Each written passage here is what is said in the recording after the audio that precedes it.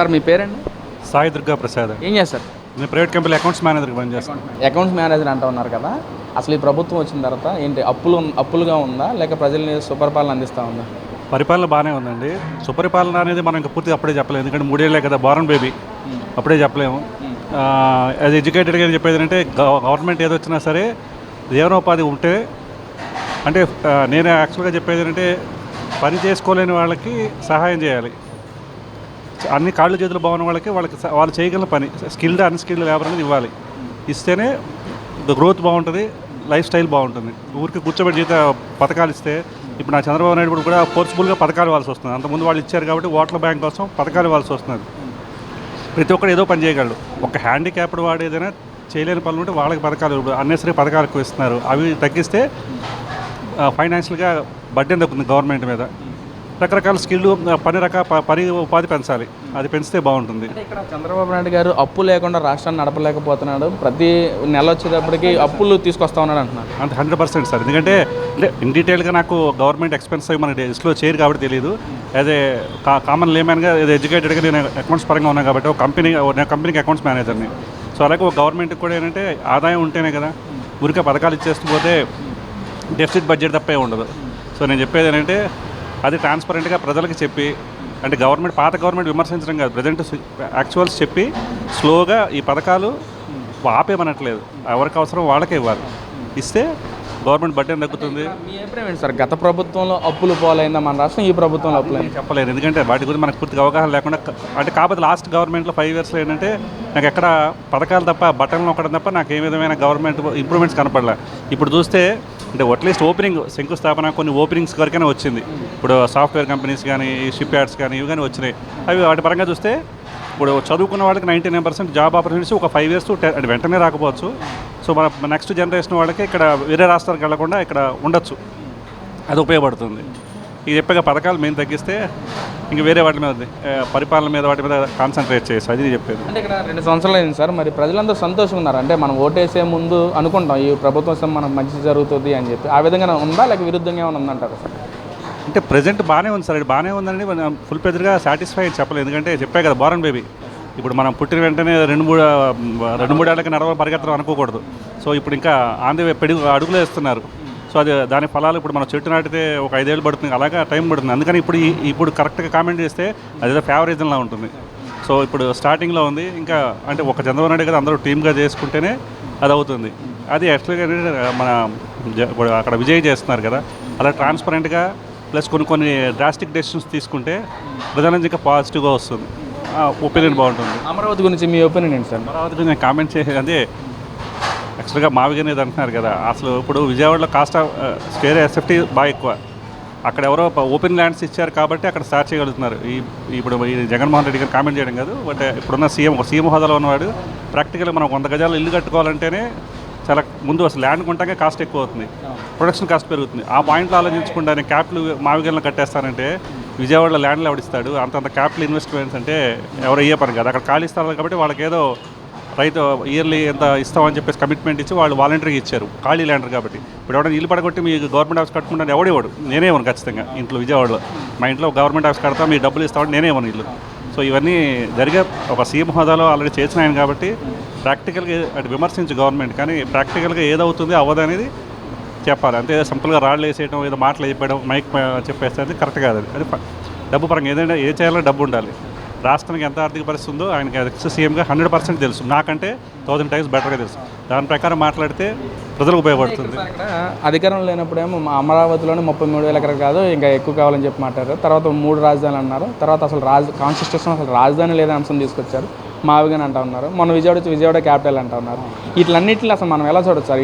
ఈ విధంగా ఒక్కొక్క మాట తీరు దాడేయటం కానీ ఇట్లన్నీ ఎలా చూడొచ్చు అంటారు? అదే చెప్పారు కదా సార్, ఒక సెక్స్ సీఎం అయ్యండి, ఆయన మాట్లాడే మాటలు ప్రజలకి చాలా డైరెక్ట్గా అప్రోచ్ అవుతాయి. సో ఆయన బుర్రలో కరెక్ట్గా ప్రభుత్వం పరిస్థితి ఎలా ఉంది, ఆర్థిక పరిస్థితి ఎలా ఉంది, ఇక్కడ వనరులు ఏమో ఉన్నాయి, దాని ప్రకారం యాక్చువల్స్ మాట్లాడాలి. కానీ నోటికి వచ్చిన మైక్ ముందు ఉంది కదా, నోటికి వచ్చి మాట్లాడేస్తే అది ప్రాక్టికల్గా అవుతుంది. ఇది డబ్బు లేకుండా ఎవడు ఏం చేయలేడు. ఎవడు జబ్బులు ఇప్పుడు చంద్రబాబు నాయుడు డబ్బులు జబ్బులను తీసివేయడు, జగన్మోహన్ రెడ్డి డబ్బులు చేయడు. మనకి ట్యాక్స్ రూపాయన వేసే డబ్బుల్నే వాళ్ళు ఇన్ఫ్రాస్ట్రక్చర్స్, ఈ క్యాపిటల్ డెవలప్మెంట్కి పెడతారు. సో అవి ఎంతవరకు ఉన్నది చంద్రబాబు నాయుడు గారికి తెలుసు, జగన్మోహన్ రెడ్డి గారికి తెలుసు. ఇలా ఫ్లక్చువేటెడ్గా చెప్తే ఇనేవాడు అనుకుంటే ఇది పిచ్చోడు అనుకుంటారు. ఇప్పుడు నేనే ఇవాడ మాట చెప్పారు, రేపో మాట, ఎల్లుండి మాట చెప్పారు అనుకోండి, ఇప్పుడు ఒక మాట మీద స్టిక్ అవ్వాలి. ఇప్పుడు నేను ఇందాక చెప్పాను ఫస్ట్, ఇప్పుడు కాకపోయినా తర్వాత పథకాల గురించి అదే మాట స్టిక్ అని అవుతారు. ఎప్పుడైనా సరే లైఫ్ లాంగ్ అది. ఎందుకంటే మనం చదువుకున్నాం, మనకు ఉద్యోగం ఇవ్వాలి, ఉపాధి కల్పించాలి. ప్రైవేట్ ఉద్యోగం, గవర్నమెంట్ ఉద్యోగం. ప్రైవేట్ ఉద్యోగం రాలేదు, నాకు ఓసీ కాబట్టి. ప్రైవేట్ ఉద్యోగం చాలా బాగున్నాను, ఫైనాన్షియల్గా అన్నీ బాగున్నాను, ఒక సంతీలు కట్టుకున్నాను. ఎందుకంటే నాకు చదువుకున్నాను, నా పిల్లలు చదువుకుంటున్నారు. సో అలాగే చదువుకునే వాళ్ళు ఉంటారు, అన్స్కిల్డ్ లేబర్స్ మా ఆఫీస్లో ఉండరు, వాళ్ళు హౌస్ కీపింగ్ వాళ్ళు చేస్తారు. సో వాళ్ళకి అలాగా జీవనోపాధి ఏదో ఉండాలి, కానీ కూర్చోబెట్టి పథకాలు ఇస్తే వేస్ట్. ఈ కొన్ని పథకాలని రివ్యూ చేసి తగ్గిస్తే ఆల్మోస్ట్ నాకు తెలిసి 50% అయినా గవర్నమెంట్ బడ్జెట్ తగ్గుతుంది. ఫేక్ పథకాలు చాలా ఉన్నాయి. ఫేక్ పథకాలు అంటే ఇప్పుడు మా ఆఫీస్లోనే కొంతమంది జాబ్ చేస్తున్నారు, వాళ్ళు 15-20 వేల జీతాలు వస్తున్నాయి. అంటే వాళ్ళకి ఒంటరి మహిళా పథకాలు వాళ్ళకి తీసుకుంటున్నారండి. అదంతా దారుణం. అది వాళ్ళు ఫస్ట్ దాకా సెలవు పెట్టి మరీ వెళ్తారు పొద్దున్నే. సో అది కరెక్ట్ కాదు. అది అలా రివ్యూ చేస్తారంటే మెకానిజం వాళ్ళు చూసుకోవాలి. వాళ్ళకి 15,000 జీతం, 16,000 జీతం వస్తూ వాళ్ళు ఒంటరి మహిళ అని 4,000 పెన్షన్ తీసుకుంటున్నారంటే అది కరెక్ట్ కాదు కదా. అలాంటి పథకాలు రివ్యూ చేస్తే గవర్నమెంట్ అవి పట్టించుకోవట్లేదు. ఎందుకంటే ఓటు బ్యాంక్ పోతుంది అనేసి ఆ పాయింట్ ఆఫ్ వ్యూలో నాకు తెలుసు అనుకుంటున్నాను. సార్ మరి ఏదైతే మీరు ఒక పాయింట్ రైజ్ చేశారు, మన సొంత ఇంటిని ఇవ్వాలంటేనే మనం ఇవ్వలేము, అలాంటి జగన్మోహన్ ఎందుకు మావిగా అనే అంశం తీసుకొస్తున్నాను అన్నారు. మరి ఇక్కడ విజయవాడ, గుంటూరు, మచిలీపట్నం హైవే మీద కడితే బాగుంటుందని చెప్పి అంటున్నారు కదా. అంటే అసలు అది సాధ్యం అంటారా? అసలు హైవే మీద ఎవరైనా కడతాడు సార్? హైవే మీద పక్కన కడితే, డాబాలు కడితేనే పర్మిషన్ ఇవ్వట్లేదు.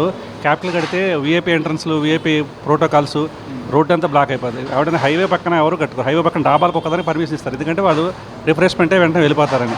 ఈయన చెప్పినట్టుగా మనం బందర్ రోడ్ నుంచి అక్కడ బందర్ వరకు వరుసగా ఈ హైకోర్టులు, ఈ సచివాలయాలు కట్టుకుంటూ వెళ్తే ఈ ప్రోటోకాల్స్ ట్రాఫిక్ అయిపోద్ది. మనకు ఉన్న రోడ్డే బందర్ రోడ్డు. అది ఏ రకంగా ఆలోచిస్తున్నాడో ఆయనకే తెలియాలి. ఎక్కడైనా ఖాళీ ల్యాండ్లో కడితే ట్రాఫిక్ బ్లాక్ ఉండదు, వీఐపీ ఎంట్రన్స్ రోడ్ బ్లాక్ చేయడం, ప్రజలకు సమస్య లేకుండా ఉంటుంది. అది పిచ్చి, అదేదో చెప్పా కదా. ఇక్కడ ప్రజల మద్దతు పొంది అమరావతిలో ఇటు చంద్రబాబు నాయుడు గారు ఫుల్ఫిల్ చేస్తున్నారని చెప్పి అంటున్నారు. మరి జగన్మోహన్ రెడ్డి గారు నేను గెలిచాక అది క్యాన్సిల్ చేసి మావిగాని అంటా ఉన్నారు. అంటే ఒక పక్కన కేంద్రం నుంచి గెజెట్ నోటిఫికేషన్ వచ్చిన తర్వాత కూడా వైసీపీ నాయకులందరూ ఈ విధంగా మాట్లాడతారు. అంటే జగన్మోహన్ రెడ్డి గెలిస్తే ఎవరు ఇష్టం వచ్చినట్టుగా వాళ్ళు రాజధాని ఫుల్ఫిల్ చేయొచ్చు అంటారు? అసలు 100% అవదండి. ఎందుకంటే ఈయన ఒకవేళ ఇక్కడ ఏదైనా మ్యాజిక్ జరిగి ఎవరైనా గుడ్డోడ్లాగా మన పథకాల కోసం రాష్ట్రంలో వచ్చిన రాష్ట్ర ప్రభుత్వం శాసనసభలో as per the constitution rights ప్రకారం ఇక్కడ 2/3 బిల్ పాస్ చేయాలి. అక్కడ పార్లమెంట్లో కూడా 2/3 పాస్ చేయాలి. 2/3 పాస్ చేయాలంటే అక్కడ ఆల్రెడీ ఆల్మోస్ట్ 40 రాష్ట్రాలు పార్టీలు సంబంధించాయి. మళ్ళీ వాళ్ళు స్టాండ్ బై జగన్మోహన్ రెడ్డి కోసం చేంజ్ అవ్వరు. ఈయన ఎంతమంది మేనేజ్ చేయగలరు? పార్లమెంట్లో కూడా అయితే రాజధాని అవుతుంది. అది ప్రాక్టికల్ 100% అవుతుంది. అన్ని పార్టీలు కూడా ఏకదాటిగా అమరావతి రాజధాని చెప్పిన తర్వాత ఇటు వైసీపీ నాయకులు మావిగాని అంటారు. ఎంతవరకు కరెక్ట్ అంటారు సార్? మరి అది ఏమంటారు దాన్ని, మెంటల్గా ఇన్స్టెబిలిటీ వర్డ్స్ అంటారు సార్. అది వర్డ్స్ అంటే సీఎం మనం కామెంట్ చేసే కామెంట్ ఏమొస్తుంది కదా, బట్ అలా మాట్లాడకూడదు. అంటే నేను చెప్పేది ఒక హోదాలో ఉన్నాడు, చదువుకున్నోడికి తేడా ఉంటుంది. ఒక తాగుబోతుకి కాన్షియస్ ఉన్నవాడు మాట్లాడే తీరుకు వేరే ఉంటుంది కదా. అది మాట్లాడచ్చు, కానీ అది ఎప్పుడు ఆయన ఆల్రెడీ ఇంతకుముందు క్లిప్పింగ్స్ కూడా చూస్తారు కదా. ఆయన పదవిలో ఫస్ట్ 2014 ఎలక్షన్ ముందు, తర్వాత 2019 ఎలక్షన్ ముందు ఇలాగ ఫ్లెక్సిబిలిటీ మాట్లాడితే ప్రజల దృష్టిలో కూడా పిచ్చోళ్ళ ఉంటాడు. ఆయనకి ఎవరైనా చేస్తే ఫ్రీగా పథకాల కోసం ఎక్స్పెక్ట్ చేసేవాడు మాత్రం తప్ప, చదువుకునేవాళ్ళు మనం కష్టపడి సంపాదించుకుందాం అనుకునేవాళ్ళు మాత్రం 100% ఆయన ఫేవర్గా ఉంటారండి. ఫ్రీగా వచ్చేవాళ్ళు ఉన్నారు కొంతమంది ఫేవర్స్, క్యాస్ట్ పాయింట్ ఆఫ్ వ్యూలో అనండి, లేదా ఫ్రీగా మనకి డబ్బులు వస్తాయి, బటన్ నొక్కితే డబ్బులు వస్తాయి. అలా ఆలోచించే వాళ్ళు ఏం చేస్తున్నారు, టెంపరీగా మన మీద ట్యాక్స్ అది ఆలోచించుకోవాల్సింది ఏంటంటే వాళ్ళ మీద వేసే ట్యాక్స్లు వాళ్ళకి ఇస్తున్నాడు. కానీ ఎంతకాలం ఎవరు ఇవ్వగలరు? చారిటీ అనేది ఇన్కమ్ వస్తేనే చారిటీ చేయగలం. తర్వాత ఏమవుతుంది, మన వేరే రాష్ట్రాలు ఉన్నాయి కదా, మావోయిస్ట్ రాష్ట్రాలు, అలా అయిపోతుంది.